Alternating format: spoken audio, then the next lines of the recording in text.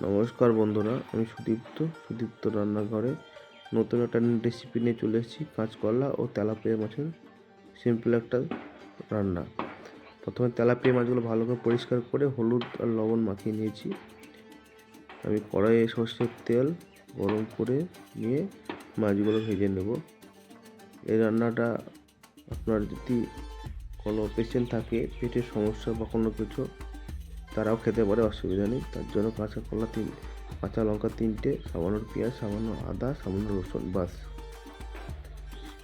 আপনার মাছগুলো ভালো করে ভেজে নিলাম। আমি দুবারে মাছগুলো ভেজে নিয়েছি, মানে একবারে সবগুলো হয়নি। প্রথমে মাথাগুলো, তারপরে মাছগুলো। আমি জিরে বেটে নেব, গুঁড়ো দেবো না। আর পেস্ট করা হয়ে গেছে। মাছগুলো আমি টুকরো করে নিয়েছি। একটা মাছকে 2 পিস করে হয়েছে। মাছগুলো সুন্দরভাবে আমি ভেজে নিয়ে আমি কাঁচকলাগুলো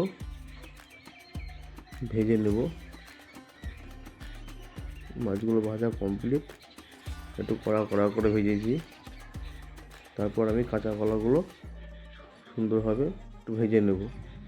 এগুলো যে কেউ, কোনো পেশেন্ট খেতে পারে বা যে কেউ খেতে পারে, এটা কোনো সমস্যা হবে না। এগুলো প্লেন সিম্পল রান্না, কাঁচা লঙ্কার তরকারি, যাকে কবিরাজি তরকারি বলতে পারা যায়। আমি কলাগুলো সুন্দরভাবে ভেজে নিলাম। বন্ধুরা, শরীরের অবস্থা ভালো নেই, বুঝতে পারছেন। কথা বলতে গিয়ে শরীর পুরো ক্লান্ত হয়ে যাচ্ছে। পুরো জ্বর, সর্দি, কাশি সবগুলো একসঙ্গে হয়েছে। কিন্তু বন্ধুরা, আমি প্রতিদিন দেখি, ভিডিও দেওয়ার চেষ্টা করছি, কিছু করার নেই, দিতেই হবে ভয়েস। তাই ভয়েস দিতে গিয়ে খুব কষ্ট হচ্ছে, তবে বন্ধুরা দিচ্ছি। এরপর গরম তেলে আমি অল্প পরিমাণ গোটা জিরে দিয়ে দিলাম।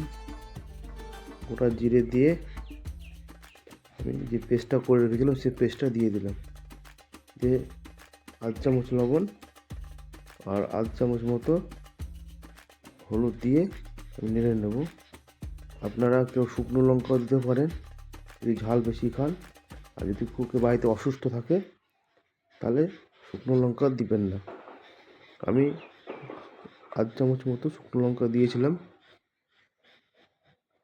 একটু ঝাল করার জন্য। দিয়ে মশলাটা ভালো করে কষে নিয়ে আমি কলাটা দিয়ে ভালো করে কলাটা কষে নেব। দারুণ খেতে বন্ধুরা, টেস্ট খাবার, খুব সিম্পলের মধ্যে। তেলাপিয়া দিয়ে কলার ঝোল খুব ভালোই লাগে খেতে। এরপর কষা হয়ে গেলে 1 গ্লাস মতো জল দিয়ে আমি ভালো করে নেড়ে নিয়ে ফুটিয়ে নেব।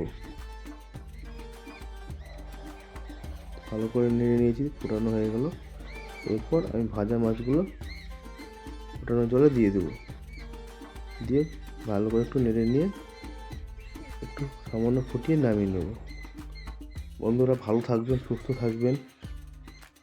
অনেক ধন্যবাদ। অনেকে আমার সাবস্ক্রাইব করছেন, আরও বেশি করে সাবস্ক্রাইব করবেন, ভিডিও লাইক করবেন, শেয়ার করবেন, কমেন্ট করবেন। কেমন হচ্ছে ভিডিও একটু জানাবেন দাদা, দিদি ও বন্ধুরা। আমার শরীরটা সেরে উঠলে আমি ভালো করে আরও ভিডিও দিয়ে চেষ্টা করব। Bye, good by.